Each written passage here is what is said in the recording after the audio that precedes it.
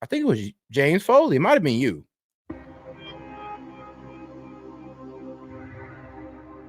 Lindy Lee, welcome to the show. Shawn, you're the best. So happy to be here. Thank you. Well, we have a lot to talk about today. Let's do it. I'm ready. You sure? Totally ready. Born for this. Got some big news, some names I heard you're going to drop. Whatever you want. I'm here 100%, even if it's ugly. Perfect. All right. Love it. Well, we'll start it off with a introduction here. Lindy Lee, recognized as a prominent political strategist. You've raised millions of dollars for the DNC and for both the Biden and Harris campaigns. You become an outspoken critic of the DNC and its wasteful spending and misguided policies. Recently appointed to the Trump-Vance inaugural committee, raising money for President Trump's inauguration. Now you work with RNC leadership, and you are the youngest woman ever to run for Congress in American history. When did you run for Congress? When I was 24. Oh, man. Didn't go well. Yeah. What made you want to run for Congress at 24? I wanted to save our country. It was actually Sandy Hook happened on my birthday, and it became my life mission to ensure that another 5-year-old would never be murdered in the classroom. Obviously, I didn't complete my mission yet. So are you anti-2A? No, I'm not. I'm anti 5-year-olds getting killed at school. I think everyone should. Exactly. But the right to bear arms is in the Constitution. That's not where my argument is. My argument is these poor babies. So I'm actually curious. What's the answer in your opinion? People like Adam Lanza shouldn't have access to guns. He was clearly off his rocker, and his mom should have been more responsible. She should have done everything she could to lock up the gun. Parents have responsibility. This is not about restricting the Second Amendment. This is about making sure that people who are clearly lunatics should not be accessing guns. It's common sense. Do you think the parents should be held responsible? In this case, yeah, because Adam had a lot. Yeah, because a lack of responsibility to make sure that one, your son mental health was cleared, and two, he ain't have access to guns, and that was, I ain't gonna lie, both brought into question, especially when a sheriff pulls up at your door and says, "Hey, yeah, your son was making some pretty questionable comments online." Not that you sit there and be like, "All right, I'll talk to him about it," and then give him an AR-15. It's like, what? So yeah, guys like him or parents like that who could have prevented it, yeah, that needs to be taken to a different level right there. Long history of mental illness. So this is not a leap. The mom should have been cognizant of the risks, but she was very slipshod and haphazard with the way that she handled guns. Yeah. All right. Well, we got a lot of stuff to talk about. I'm not a San Francisco liberal I'm not a Dianne Feinstein who wants to, come to your house and take away your guns. That's not where I'm, just to be very clear. That's good. Because And shout out Big Wave Dave, who honestly, I ain't gonna lie, stands on gun safety, seeing that he does have a nice, decent collection of guns.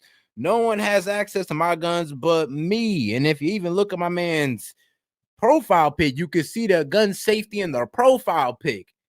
So yeah, a lot of y'all don't even got that on y'all guns. Y'all don't even got the little, what was it? The trigger block or the damn. Dave, I'm pretty sure you know what it is. It's the little lock that you put through the chamber with the little part where the bullet's supposed to go through. I'm trying to remember what do they call that? I'm pretty sure you'll know. Not gonna give them up. But lock your damn guns up, especially if you got kids. If you make sure you know what your kid look up, make sure you know your kid's mental health. I mean, look, this ain't back in the day. Magwell lock. Yep, Magwell lock. Appreciate you, Dave. Make sure your kid is, responsible enough to have have a gun. Because I'm gonna be real with you, this ain't like back in the day. This is one of the problems. Like back in the day, a kid had a gun at 12 and there wasn't mass shootings.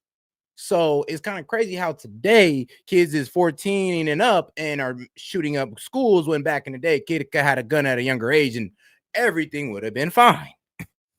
And shout out James Foley. Dave threw on the wall, "I can steal it with a fork. I'm done." A fork? How the hell? But we have a lot of stuff to talk about. The most important subject, or the one that I want to talk about the most, is, Biden's cognitive decline. I have so much to say about that. I can't wait to get into that, but I just have one thing I have to know. Yeah. Whose cocaine was in the White House? Yo. Oh my gosh. Bruh. Can I just say that I am friends with members of the Biden family, one of whom actually lives down the street from me. I think it's easy for people to figure out who does. I mean, I live in Philadelphia. Okay, fine. Ashley Biden lives in Philadelphia. I did hear from someone. Ashley Biden, the same one that had the diary about. Okay, now Ashley Biden's diary. If you didn't hear about that, she left her diary somewhere, and I don't know what's wrong with the Bidens, but they tend to leave pretty sensitive information in weird places. But Ashley Biden left her diary somewhere. Somebody read over it, and it was talking about how, I mean, showers with her father, being sexually abused by one of her father's friends, which is Joe Biden, one of Joe Biden's friends, sexually abused his daughter. I mean, Ashley Biden's diary. And if this is the type of damage that the daughter's dealing with and the type of damage the son is dealing with, then what the hell is going on with the Biden family?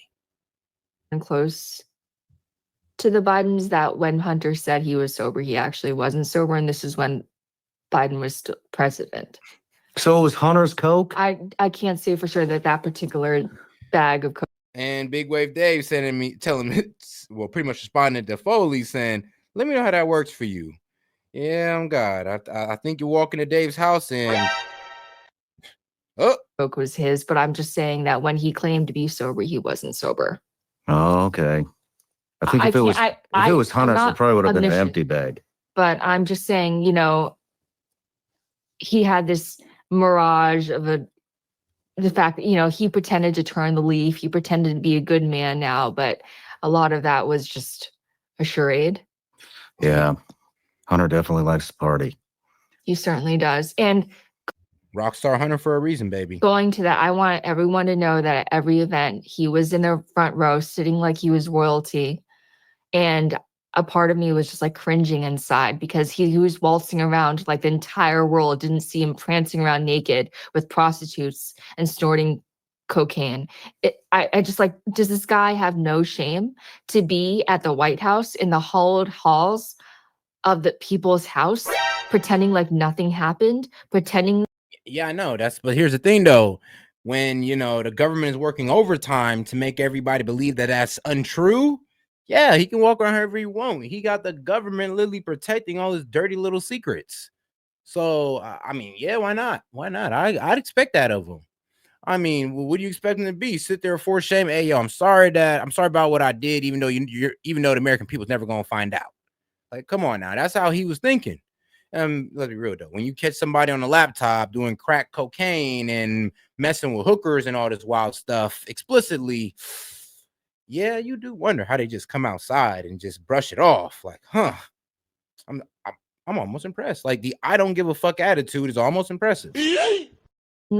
Like the world didn't see him in a bathtub. Yeah. I think there was a lot of the past 4 years, a lot of disgusting stuff that happened over in the Capitol and in the White House. I mean, there was. And shout out James Foley said, wait till you leave for work, move in, SWAT with guns. I'm done. He says, squat with guns. All right, and Big Wave Dave coming in saying, good luck loading them with the lock-in. I'm telling you, shout out the Magwell lock. Who was that guy? That guy that was. I asked one of your staff if I'm allowed to curse in here, like fucking in Congress. Yeah. Disgusting. Absolutely disgusting. It's like it embodies everything that's wrong with the Democratic Party. Yeah, that and then. Nah, hold on. They was fucking in Congress? Hey, yo, what's going on? I did hear about that. I did hear about a member of Congress took him and his boyfriend and they had sex in Congress Hall. Now, this was a while back, and I'm not sure if it's true or not. You please, somebody let me know, because when I heard that, I was like, "There's no effing way. There's no freaking way." And and then the topless man, let's just say a man on the south lawn of the White House. Yeah, that was an absolute disgrace. That was crazy, man. Disgusting. That was crazy. I was actually in DC when that happened. Not at that party though. Hey, nah, you wild. You says I'll break in, Dave. Breakfast in and finish the Legos. Damn, you gonna finish the Lego set for somebody is wild, G. That's almost disrespectful. Like, bro, that was for me, bro. That was for me to do. Not my type. I would have questions if you were that party. But and then I'm usually invited to stuff. I wasn't invited to that party. And then before we get started, when we first met, what happened on Joe's podcast? So he came out and said something about the Harris. He came out this morning, or interview. The clip was released this morning. He basically exposed the Harris campaign as a liar, as though we didn't already know that. But so a book is coming out that states that it was Joe's fault that Kamala didn't go on his podcast. Joe basically came out and put the lie to that. The Harris campaign wanted to blame him for it not working out. Why? Why do they want to? Because they realized it was the biggest fuck up to not do the podcast. She should have been on your show. She should have been on Joe's podcast. She should have been everywhere instead of building $100,000 fake set for Call Her Daddy. Yeah. We invited her. We were talking to her people, and it could only. Who didn't invite Kamala Harris at this point? Who didn't invite her? I mean, Joe Rogan said it. Everybody wanted to hear what this woman actually had to say, and she ran away. And I would just say, if she'd have went to Joe Rogan, that'd have been the worst interview of her life. Because Joe Rogan gonna hit you with the, hey, yo, Jamie, look that up. And that would have been, I ain't gonna lie, that'd have been almost the end of the conversation right there. Maybe an hour.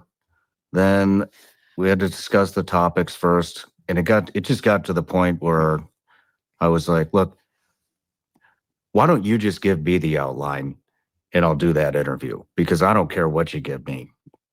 I'll make it work. And then you know what I think it was? I think it was the Brett Baer interview, which honestly, to be honest with you, I didn't even think it was that bad. I mean, there's a couple parts, but I thought she handled it okay. And but after that, it was dead silence. We had Newsweek put something out. We had the Washington Post put something out, and it just turned into crickets. But I don't understand why it's so hard for her to answer simple questions. I don't understand why she has to do these endless word salads. Like, why is it so hard for you to be human? Just answer the question. You don't have to talk in endless circles. I mean, bro, that's exactly what that 60-minute interview exposed. It was like you're talking in circles and you're not answering a freaking question. It's like, that's what killed me. Don't get it. And I know her. Like, when I talk to her, she's fine. But when she does these interviews, she becomes like a android. You know what I mean? Mm-hmm. It's like, Shawn, you're talking to me like a real full-blooded person. Why can't she just be that? Because she has no substance. I mean, she doesn't stand on anything. I mean, when you have no passion, you're going to sound a little robotic. I'll tell you that right now. You know, we don't want to rehearse. We don't want to caricature as president. We want a human being. And I'll say it again. When you had no passion, you're going to sound a little bit robotic. That we can relate to. Why do you think she can't? Do you think she's intimidated? Do you think? There are several explanations. Some people say that she's just not that intelligent. And we got 12 more super chats until we open up the call-in line and run Conspiracy Hour. And we're going to be doing the Epstein collaborators. That's gonna be a good one. Pretty much we got a guy in here who's gonna break down all the names, the connections, all that good stuff. Shout out to that guy, Ryan Dawson. It could be maybe she can't think on her feet. That's maybe she relies on talking points. But I had friends on her staff who tell me that she would get pissed at them for her own lack of preparation. Like, she would yell and she would get frustrated at them for her own inability to read the talking points and to internalize them. It's just. So it was all built on insecurity and lack of preparation. Just like we said, hey, I mean, I like being right. I don't know. So we do need to move on because our time is short, but I'm trying to understand how it is that with this emphasis on the border, the numbers of crossings quadrupled under the first 3 years of the Biden-Harris administration. How did that happen? There are a variety of factors that relate to what we have seen globally and what we are not immune from at our own border in terms of what we have seen in terms of surge of immigration and irregular migration. Okay. And there are solutions at hand, but we've got to have leaders who are solution oriented, which we've been and are, and I am going forward, instead of leaders who want to make it a problem they can run on. She definitely didn't seem quick on their feet, but I would still love to interview her. And I'm glad Joe, was able to set the record straight. Yeah, and I'm here. I will give you as many names as you need in order to make the interview happen. Because I know her staff, and she will see the request. It's just a matter of her willingness, because she's so afraid to fuck up. Yeah. Damn. What's she doing now? Too much insecurity. She's deciding whether to run for governor in 2026 or try again for 2028. And I had someone, I kid you not, call me at 3:30 a.m. this morning. Run for governor in California? Yeah. Oh, she didn't call me, but I have a mega donor. She's a co-founder of two-factor authorization. She called me at 3:30 a.m. this morning saying the Democratic Party is in shambles. Yes, we already knew that, but coming from the horse's mouth, it was very important. And she was saying how nobody, there's not a single person of importance in the Democratic Party thinks that Kamala Harris should run again. But Kamala Harris is in her cloud of delusion. She still might run again in 2028 for president. So right now, the choice is whether to run for California governor in 2026 or president in 2028. And let me tell you something that the press doesn't know about. In order to run for governor in 2026, she would have to betray one of her closest friends, because the current lieutenant governor is a woman named Eleni. She has a long Greek last name. Please don't make me say it. But she's the current lieutenant governor of California under Gavin Newsom. She is running for governor now. She's a current front runner. She's very close with Kamala. In fact, her cousin, Kristen Bertolina Faust, was Kamala Harris's finance chair. So for Kamala Harris to run for governor, she would have to stab her friend in the back. And I know this is important. Hey, yo, I like this. Hold on. This gets a little too shiesty. Hold on. She said, yeah, if Kamala Harris is running for governor, or, bro, that means she stabbed her friend in the back? Damn!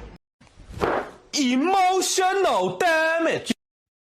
Yeah, this political game gets a little shiesty, man. Because I might as well pull up to the Senate in shiesty masses. If y'all know what a shiesty mass is, I can show y'all. It's a question of integrity versus ambition. Is she going to put her friend first, or she's going to put her ambition first? And if I were to, I know Kamala, and I would say that she would probably put her ambition first. Friendship is collateral damage for her. Man, well, she'd probably be a shoo-in out in California. I don't know. I think honestly, after the fires, were a game changer and showed even Democrats that the entire party is just a party of fuck. Like even liberals understand that now. There's been a complete mood shift across Hollywood, and I have donors across Hollywood, across finance. They are fed up. Wow. All right. Well, let's move in. We've got a couple things to cover first. So I have a Patreon account. There are top supporters. A lot of them have been with us since the very beginning. I started this thing in my attic, believe it or not. Then we moved here. Now we're building a new studio, and it's all because of them. But so one of the things I do is I offer them the opportunity to ask each and every guest a question. And so this question is from Eric Alger.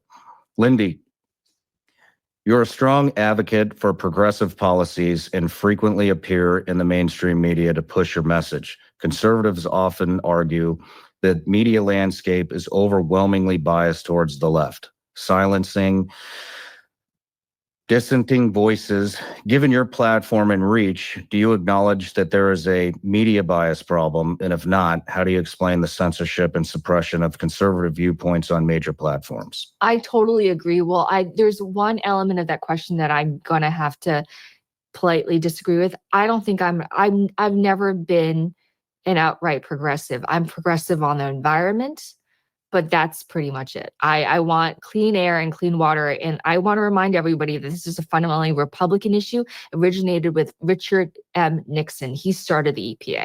All right, putting that aside, there is tremendous bias against conservatives across mainstream media. But I think the 2024 election was it's the moment when the crack the crack deepened and people realized that the facade was falling. The Democratic Party no longer despite the entire array of the mainstream media, they still weren't able to perpetrate the lie that Biden wasn't in cognitive decline, that Kamala Harris wasn't a weak candidate. So finally, the scales are falling off of people's eyes, and they're realizing the mainstream media is in cahoots with the Democratic Party, and they're sick and tired of that. So I'm really glad that people like superstars like you, like Joe Rogan, and like so many, actually, you and Joe, just the two of you, and others in the podcast landscape, you guys are, putting the lie to the mainstream narrative. For example, the Hunter Biden laptop story. I want to be. Guys, make sure you like and subscribe to the channel, man. We do this every single night, man. So you can pull up here, get your political news, and hey, man, now super chats will go ahead and run a conspiracy hour and have a call in. It's always a good time here at Sankey Media. So double tap the screen, like the video, and also subscribe to the channel. Appreciate the support, guys. And we are 10 super chats away, just 10, from opening up that conspiracy hour. I'm here to be painfully honest, okay? I don't think the 2020 election was stolen, but I think it was rigged. Mm-hmm. How do you think it was rigged? Because the Hunter Biden laptop story was real as fuck. It was real. It wasn't Russian disinformation. The intelligence community lied, which is, I actually know Tulsi. I'll tell you why later, but she has a right to question the conclusions of the intelligence community, because these are the same people who told us that the Hunter Biden laptop story was fake. And the vast majority of Democrats are still going to tell you that it's fake. It's not fake. Mm-hmm. Even the Washington Post did a deep analysis of the contents of the laptop, and the Washington Post substantiated the validity of the laptop. Okay. And so the big guy, that's true. The 10% to the big guy, that's true. They checked out the metadata. It's not Russian disinformation. And you have people like Anthony Blinken lying on behalf of his boss. That is not okay. So it may not have been stolen, but it was rigged, because that story should have gone out. The New York Post shouldn't have been censored.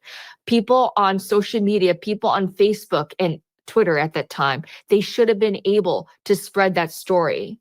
And I am sorry. I'm sorry. I'm going to apologize. Okay. I'm sorry that I bought into it. I know Joe. Okay. And a part of me is still I'm sorry if you think I'm nuts, but a part of me still is going to love him for the rest of my life because of the kindness that he's shown to me. But now I know he's corrupt. Hmm? Well, we're going to dive into all that corruption. Hold on, man. And Twitter at that time, they should have been able to spread that story. And I am sorry. I'm sorry. I'm going to apologize. Okay. I'm sorry that I bought into it. I know Joe. Okay. And a part of me is still I'm sorry if you think I'm nuts, but a part of me still is going to love him for the rest of my life because of the kindness that he's shown to me. But now I know he's corrupt. Mm. Well, we're going to dive into all that corruption. Damn. I know everybody out there has. Oh, girl was on the verge of tears when she said that. She's like, look, man, I don't even want to expose this guy, but it is what it is. All right, let's keep it going. Everybody gets a gift here. Oh my gosh. A little something for the ride home. This is amazing. Vigilance League gummy bears made here in the USA. They taste amazing. They're not the healthiest, but they're Thank you gummy so much. bears. Is this in your store? Everyone should buy them if they are. Oh yeah, they're in the store, but they're always sold out. Thank you. This is so kind. You're welcome. All right. So let's move on. So a little bit about you. Your great grandfather was executed by the CCP, correct? Yeah. And he wasn't even a major dissident. He just raised objections at a village town meeting. It wasn't even anything. It wasn't even anything important. What did he do? He just dared to, it wasn't even Question. He asked too many questions or he asked the wrong question. consequential enough to be documented. It was just, he disagreed with the local communist leaders and they just basically shot him. Mm-hmm. And so my dad grew up without a grandfather, and my dad was so poor that he had dirt floors. It's amazing that he managed to come to the West. It's amazing. He's the hardest working person I've ever met in my life. So they immigrated to England? I did, actually. You did? My parents left me 2 weeks after I was born and then picked me up when they were ready, and we went to Sheffield, England. Wow. And then how'd you get to the States? We did it the right way. And that is why I feel so strongly about illegal immigration. Let me tell you, it's illegal immigration. Why can't we say illegal aliens? Isn't that what they are? Like, enough of the euphemisms, okay? Democrats police our language and it's ridiculous. These people are illegal immigrants. We waited for years to come here. We came here with $200. We never took a handout. We did everything the right way. We built our life through blood, sweat, and tears. And that's the most story of immigrants. Like, that's the story of my parents. Like, low key, came here with nothing, built everything. And it's wild how, like, they're coming over here and getting handouts, straight up handouts. And then we're wrong for calling it out. Like, this ain't a slap in the face for our parents and grandparents. Okay. And that is the way it should be. No one should be storming the southern border.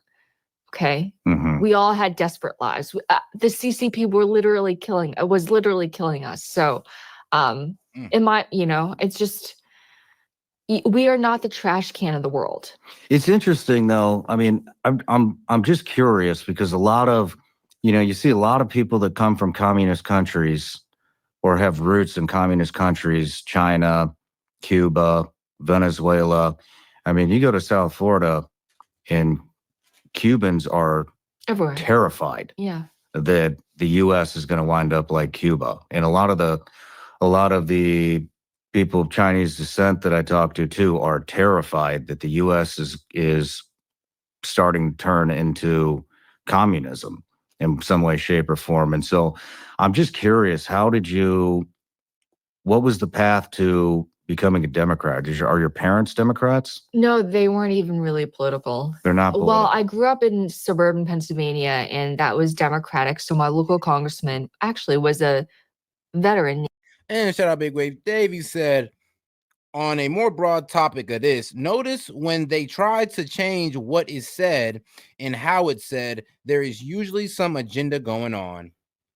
I mean, that is facts. I mean, that's facts right there. Like, if something is going on and they want to frame it a certain way, yeah, it's funny how the wording gets changed up. It definitely is crazy. All right, let's see. Go. Named Joe Sestak. Have you heard of him? He was a 3-star admiral. And so it was almost by default. I interned for him starting at age 13, and then it was Obama. He was elected when I was 17 years old. So I'm almost sure David's talking about that immigration problem where, like I said, illegal immigrant turns into asylum seeker, turn into dreamer, turn into your next door neighbor. I mean, come on. Fully indoctrinated. I went to Princeton. It's like a very, very liberal bastion. Mhm. Being a conservative there was impossible. A blemish. You just couldn't. I can think of like 2 conservatives, 2 Republicans. It was just not a thing you could do. It was the age of Obama. People were enthralled by him. So it wasn't an option to be a Democrat. I actually didn't realize until recently that I could be a Republican. And let me remind you, I live in Philadelphia, where there's this 8-to-1 voter registration difference. It's not okay to be a Republican. You're ostracized. I've lost all my friends, Shawn. Friends. They were fake. I mean, nope. I actually had someone berating me, someone whom I thought was a friend. He was texting me. He basically said, "How could you?" You can never reply to questions like that. So in my Instagram story, I replied to everyone. And shout out Big Wave Dave coming in again. He says, homeless turns to the unhoused. Well, they tried that one. Homeless turn to the unhoused. I'm like, well, what the hell? It's kind of like, what's the difference? One got kicked out of a house, so he's unhoused, and the homeless has always been homeless. Aren't they both homeless? Everybody was like, shaming me isn't going to change a single thing. Yeah. But yeah, Shawn, I've lost. So you kind of got groomed into it. Dude. It just, there was no other option. Yeah. There were no other Republicans. Like, where were they? I lived in the collar counties of Pennsylvania, they're all Democrats. Yeah. Okay. And so, Damn. So you interned at hey, that's how most of us choose politics, based off our environment. It was based off what our parents believed in, where we went to school, and what our teachers believed in, and that's pretty much what it was. I could pretty much say that, yeah, most of my time in school and with my spending time with my family was liberal ideas being spread. I didn't get conservative ideas until I started chilling with, well, older men and my uncles. That's when I started getting that conservative ideals, and I'm like, oh, okay. Think this is how y'all got there. Y'all ain't get there through this liberal BS. Y'all got there through the conservative BS. And then also, I'm gonna be real with you. It's like, if you go back to the structure of my family, it started off on conservative grounds. I don't know where the hell we got the liberalism from, but we started off conservative, and now here we are. 13? Yeah, I'm Honestly, that's like the story of most Black families. kind of weird. I had a really difficult childhood. You did? I did, yeah. How so?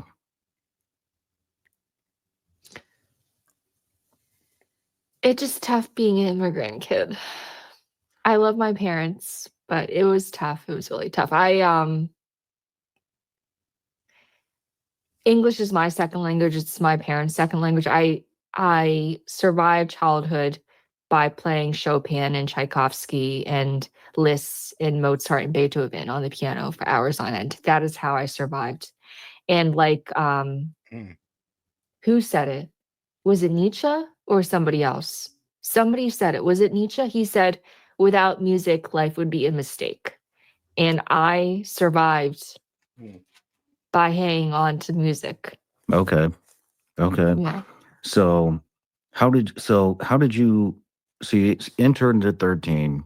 And ran that went for on. It wasn't Congress. just 13, it's like 13, 14, like the entire time. It started then. So you had interest in politics at age 13? Absolutely. Actually, and the people who guided me, it was a guy named Bill Walsh. He was also a veteran. He was part of the Navy. And he, even today, when I started exposing the Democrats and their corruption, he continually sends me messages saying how he's still proud of me. This is a Navy vet,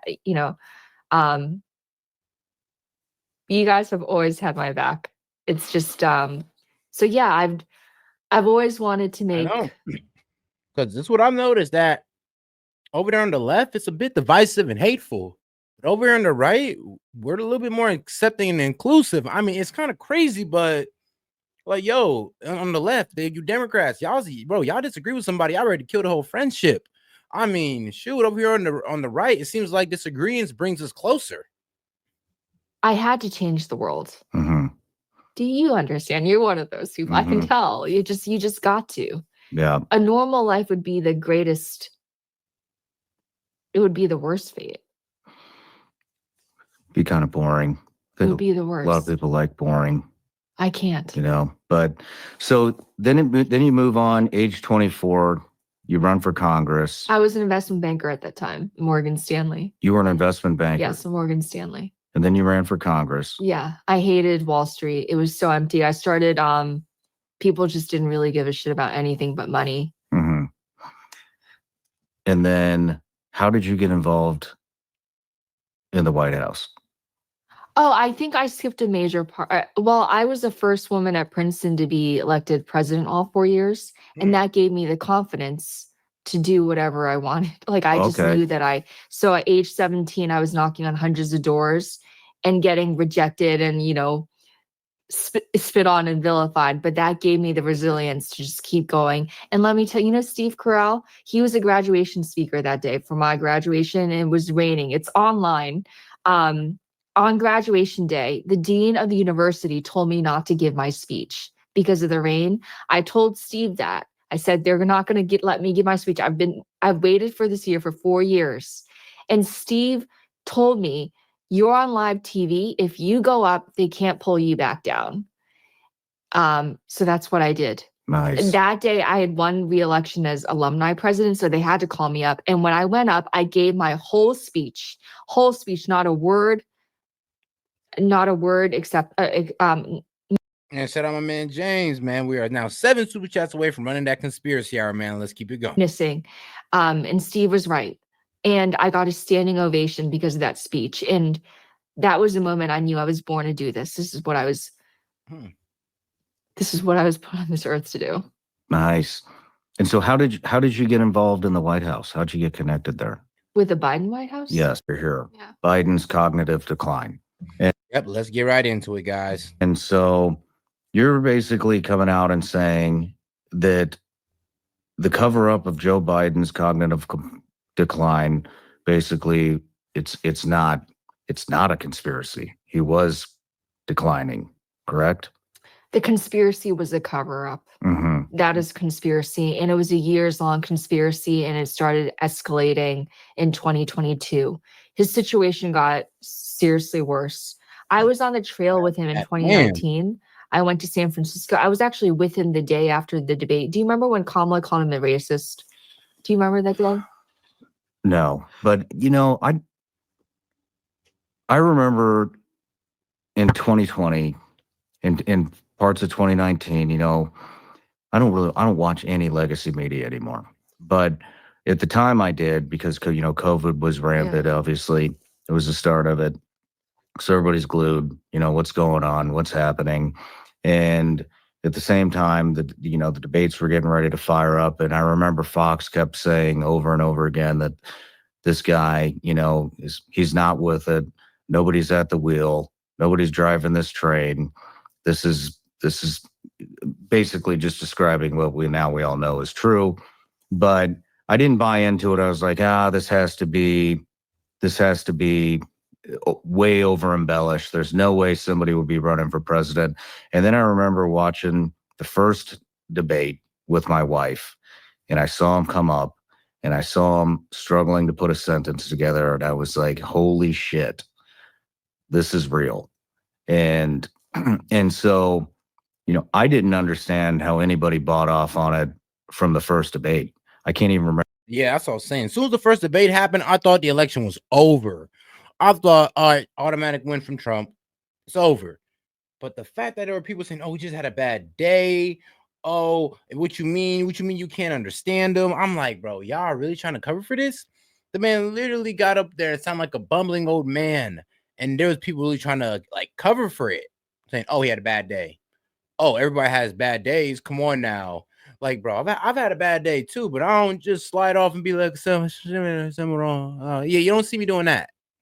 Remember exactly what he said. We're going to roll some of the clips during the interview of how that went. But I mean, I thought it was very apparent right at the very get-go, debate one, that he wasn't with it. And so when did you notice? Making sure that we're able to make every single solitary person eligible for what I've been able to do with the with the COVID. Excuse me, with dealing with everything we have to do with. Look, if we finally beat Medicare. Thank you, President. Bro, what? That's what I'm saying. It was just like everything to do with what? And we finally beat Medicare. And I'm like, bro, remember the time, bro. Remember the time. He wasn't with it. And so when did you notice? Making sure that we're able to make every single solitary person eligible for what I've been able to do with the with the COVID. Excuse me, with dealing with everything we have to do with. Look, if we finally beat Medicare. Thank you, President Biden. President Trump? Well, he's right. He did beat Medicare. He beat it to death. And he's I'm weak as hell, bro. This man Trump was just laying it down. Oh, my goodness. I remember he leaned over and he says, I don't know what he says. I don't even think he knew what he said. That was also a banger. It's like, bro, when J.D. Vance even did Walt's dirty when he's like, I feel bad for you. It must be so hard to defend the indefensible. It was like, the fact that they were giving these dudes bangers, hitting these guys back with some stuff, and y'all still thought that Biden and Kamala had a chance? Crazy. He's destroying Medicare. Shawn, I have to say that, again, I'm unlike the Democrats, I will take responsibility. In 2019, when the debates were happening. And shout out, we all know they lied at this point about Biden. And I don't know, bro, but is it me? Is that just such a golden moment to me? Like, bro, I remember watching this live with most of y'all, and we was all sitting there just dumbfounded, like, bro, there's no freaking way. Like, no. Oh, shit. He really can't speak. Making sure that we're able to make every single solitary person eligible for what I've been able to do with the with the COVID. Excuse me, with dealing with everything we have to do with, look, if we finally beat Medicare. Thank you, President Biden. President Trump? Well, he's right. He did beat Medicare. He beat it to death, and he's destroying Medicare. Shawn, I have to say that Okay, I'm done. again, I'm unlike the Democrats, I will take responsibility. In 2019, when the debates were Wait, did I get that one from Dave? Yeah, we all know they lied about Biden at this point. Shout out Big Wave Dave. happening, and into 2020, I was trying to give him the benefit of the doubt. He told me that it was a stutter and a speech impediment. So I was like, okay, all right, maybe it is. Maybe it gets worse with age. I'll extend him grace. And this is a guy who showed me tremendous kindness. I actually met him not through politics. I met him because I was a trustee of the American Association for Cancer Research. I met him in 2016. Okay, so I'd known him when I was 25. And guys, we're 5 super chats away from opening up Conspiracy Hour and open up the call line as well. And go ahead and double tap that screen for me or hit the 3 dots up there in the corner to like the video. And also subscribe to the channel while you're at it, man. We're here every day. because he showed me kindness then, I believed him. Like I decided to, okay, maybe he just is tripping over his words, but this is a guy who still has control over his mental faculties. So in 2019, 2020, I didn't really think it was an issue. It just didn't really occur to me. And I wasn't watching Fox then. So it wasn't a narrative that I was exposed to. You didn't see slow decision making or inability to put, I mean, you chalk that up. He remembered my dad's name at that point, which I thought was impressive because most people wouldn't. Like, and it wasn't, he doesn't like hang out with my dad. He just met him once. So I thought it was impressive. Maybe it was just good luck on his part that he happened to remember that my dad's name is Richard. So, I mean, and then, you were a big fundraiser for the campaign too. So I wanted to, let's dive into a little bit of the campaign. Back then, there were all these, Trump had thousands of people showing up. Biden wasn't really, he didn't have anybody showing up. It didn't. Yeah. And I want to bring I don't think people realize this.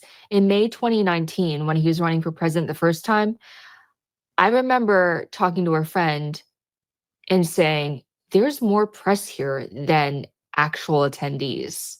Like, what's going on here? This is in the middle of Philadelphia. It's a hugely Democratic city. Mm-hmm. The turnout should be much more robust than this. I thought it was just because it was hot that day.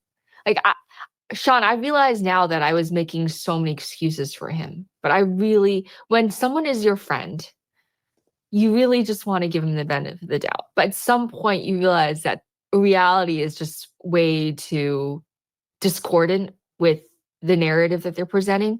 So around 2021, 2022, I was like, okay, this is getting to be a little bit ridiculous.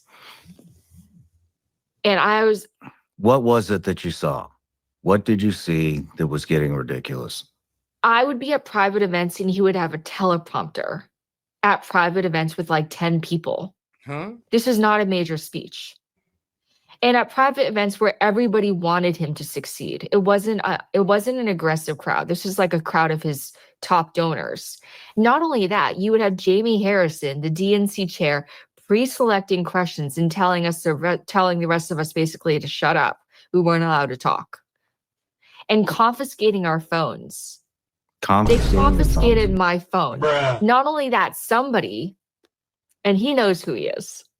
Who is he? He's Asian. They know who it is. He's no longer there. We're here to drop names, Lindy. He's not important enough to drop, He's like the civilian. He was big. If it's an important person, I will, like I did with Jamie. And I'm sure it came down from Jamie. He specifically asked me never to tweet anything about any of these events, never to post any pictures, never to post any Instagram stories. I had posted an Instagram story from a dinner with Biden.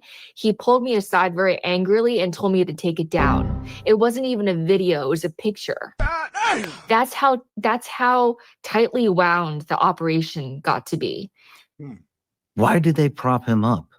Why was Operation throw old man in the basement? it him? Because the alternative for them was so dire. The alternative for them, for would have been Kamala Harris, and they thought she was such a shitty candidate that they had to prop him up. And so it's just so ironic to me